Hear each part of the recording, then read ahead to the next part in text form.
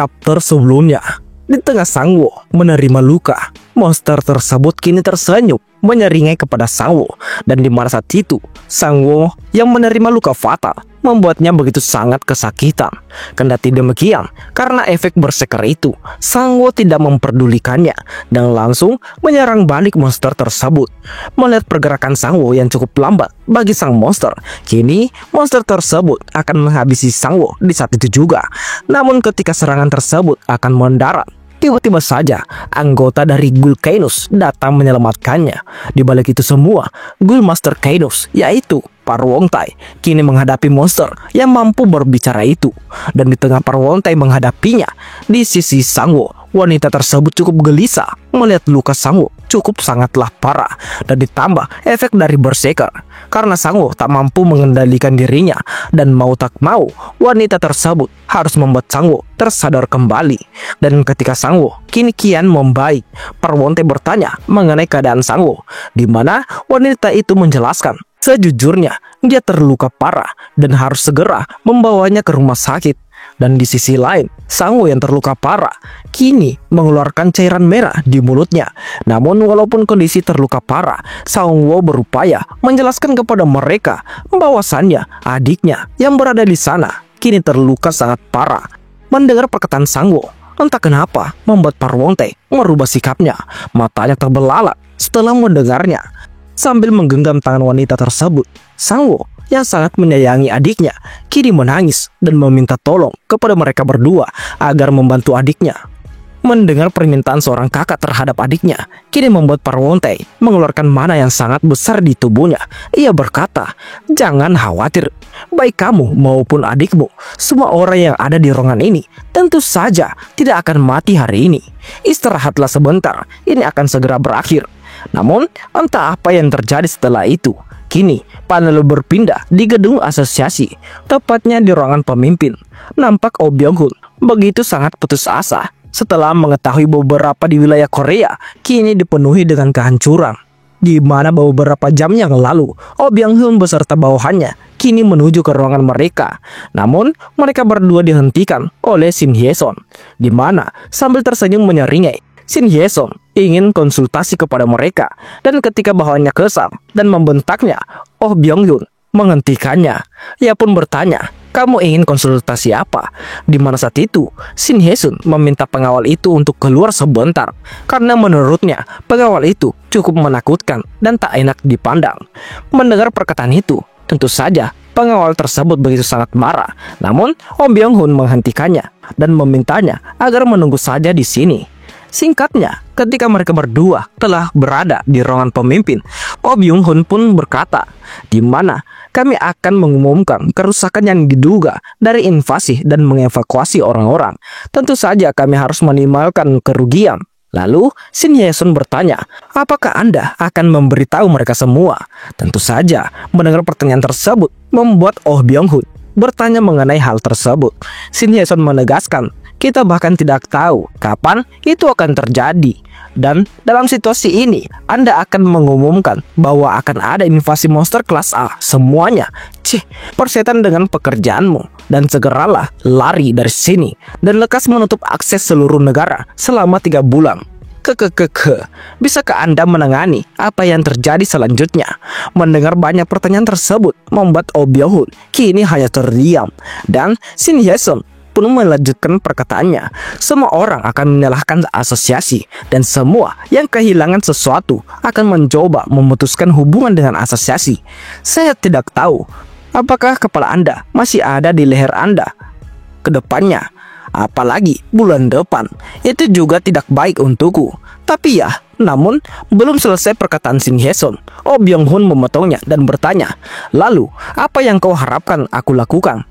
Mendengar pertanyaan tersebut sambil berbalik tersenyum, Shin Hye-sun menegaskan, "Lebih baik jangan memberitahu mereka bahwasannya akan ada monster kelas A yang muncul.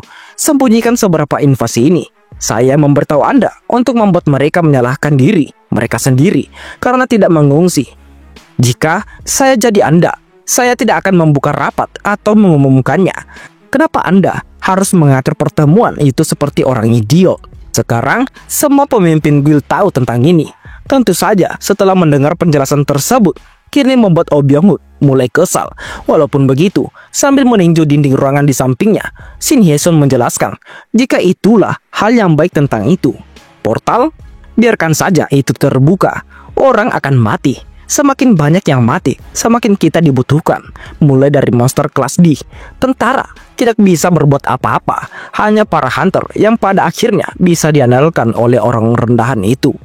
Dan ada sesuatu yang Anda salah pahami. Apa Anda pikir saya meminta pada Anda atau sesuatu? Tentu saja mendengar semua ucapan dari Shin Hye-sun membuat Oh Byung-hun kini mulai bingung akan memilih tindakan seperti apa sekarang. Dan entah apa yang akan dipilih oleh Oh Byung-hun. Namun kini panel berpindah. Akhirnya Sang-woo kini tersadar dari mimpi buruknya. Nafasnya terengah-engah dan pakaiannya basah karena dipenuhi keringat. Melihat Sang-woo akhirnya terbangun, seseorang pun berkata, "Sepertinya kau mengalami mimpi yang buruk. Apa kau baik-baik saja? Kau seharusnya tidak terlalu banyak bergerak." Dan ketika Sang-woo berbalik, sosok tersebut tidak lain Ageng Kan Junmo. Sang-woo bertanya, "Apakah Pak Ruwontae yang membawaku ke sini?" Namun melihat Sang-woo berupaya berdiri, Kang Junmo pun menghentikannya dan menyuruh Sang-woo untuk tidak banyak bergerak karena dokter bilang, "Kamu masih dalam kondisi yang buruk. Lukanya cukup dalam, namun kau masih beruntung saat ini. Terima kasih banyak. Anda telah menyelamatkanku, tidak hanya sekali, namun sudah 2 kali." Tapi menurut Kang Junmo itu tidak masalah. Ada banyak hal yang ingin ia bicarakan denganmu. Tapi sepertinya ini belum gilirannya. Di mana Kang Junmo selesai berkata seperti itu, ayah dan ibu Sang-woo pun datang. Dan singkatnya, ketika dokter datang memberitahukan hasil operasinya telah berhasil, sang dokter menjelaskan, "Kita harus terus memantaunya untuk saat ini.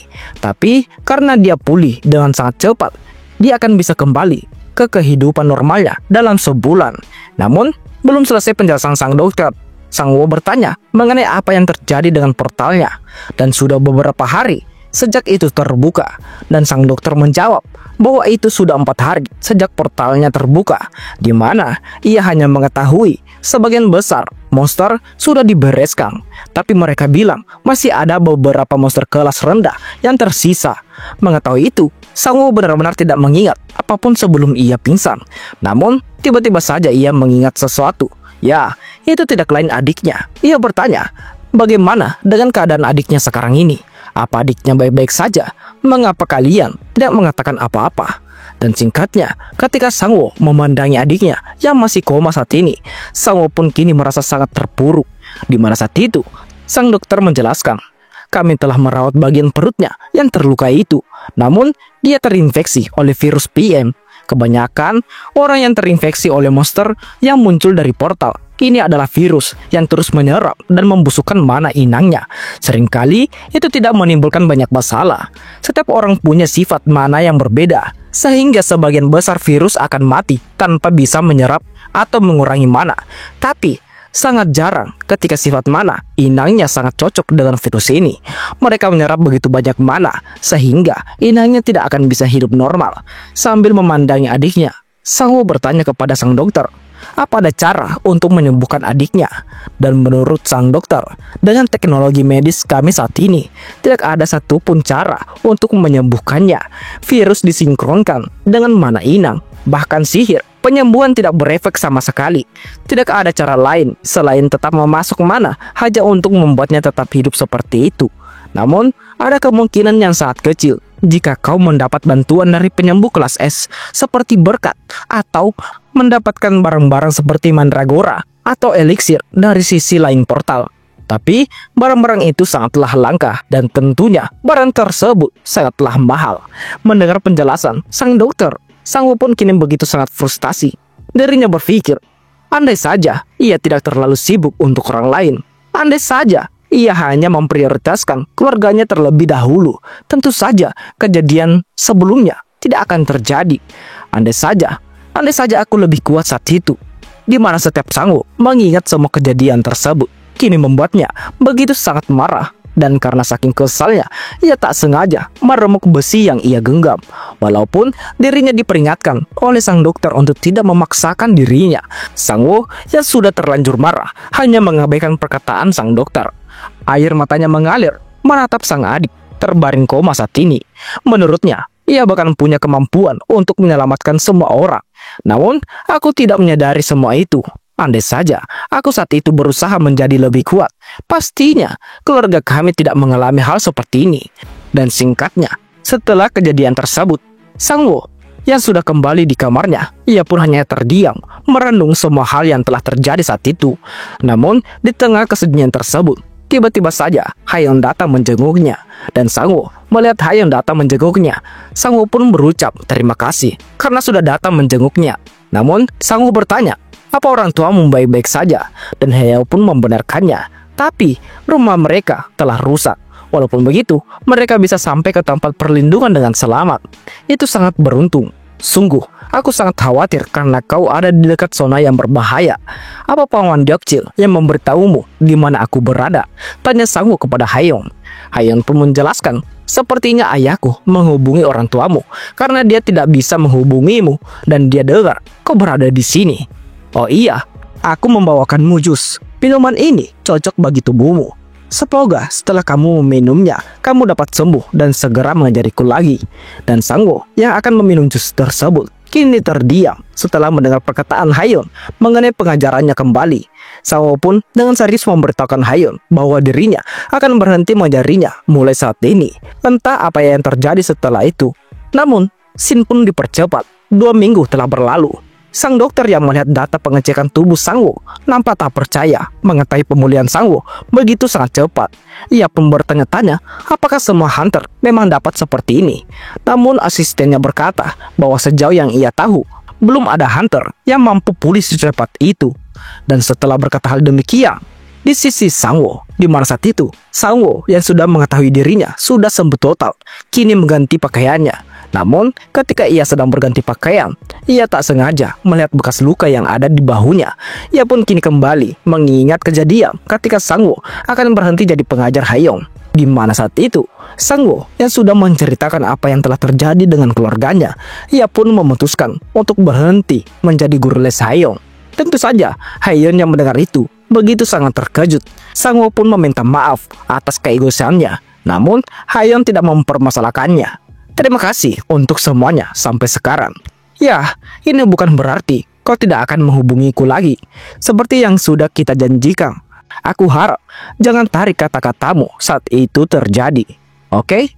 Ucap Haeyeon. Setelah mengingat kejadian tersebut, Sang Wo yang sudah mengenakan pakaiannya kini berkata di dalam hatinya. Ia berkata menyesal ya. Walaupun begitu, setelah aku memutuskan semua ini, melihat orang tuaku dan adikku sambil berjalan, Sang Wo dengan tekad yang kuat menegaskan ia tidak punya waktu untuk menyesal lagi. Setelah berkata hal demikian, singkatnya Sang Wo pun telah tiba di gedung Wilkenus. Dan ketika ia masuk di gedung tersebut, ia pun bertanya kepada resepsionis yang di hadapannya di mana ia bisa bertemu dengan para bongtai. Dan resepsionis tersebut bertanya, apakah Anda memiliki janji sebelumnya? Dan Sang Wo menjawab, tidak, aku tidak punya. Tapi dia bilang padaku bahwa dia ingin berbicara denganku. Dan ketika resepsionis akan menolak permintaan dari Sang Wo, tiba-tiba saja seorang pria besar menyuruh wanita itu berhenti. Sambil berjalan mendekati Sang Wo, pria besar tersebut bertanya, apa mungkin Anda Tuan Jiao Sang Wo? Dan Sang Wo yang sedikit ketakutan setelah melihat tubuh besar pria tersebut, ia pun membenarkannya bahwa dirinya benar bernama Jiao Sang Wo. Sambil menatap tajam wanita tersebut, pria besar itu berkata bahwa pria ini adalah sosok tamu dari guild kita. Sambil tersenyum, pria besar itu akan mengantarkan Sang Wo ke ruangan kaptennya karena sekarang ini kaptennya sedang menunggunya.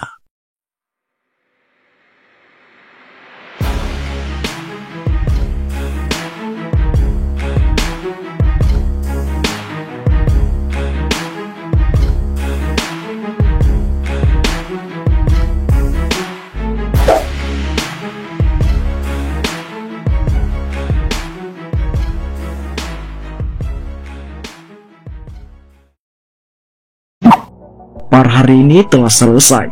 Bagaimana lanjutan ceritanya? Jadi, bagi teman-teman yang ingin lanjutan cerita kali ini, teman-teman bisa support Mimin lewat like, komen, dan jangan lupa subscribe channel ini. Dan bagi teman-teman yang ingin support beliin Mimin kopi, teman-teman bisa cek link di deskripsi. Di sana ada link sawernya Mimin. Oke, mungkin sampai di sini saja video kali ini. Terima kasih semuanya. See you next time. Bye-bye.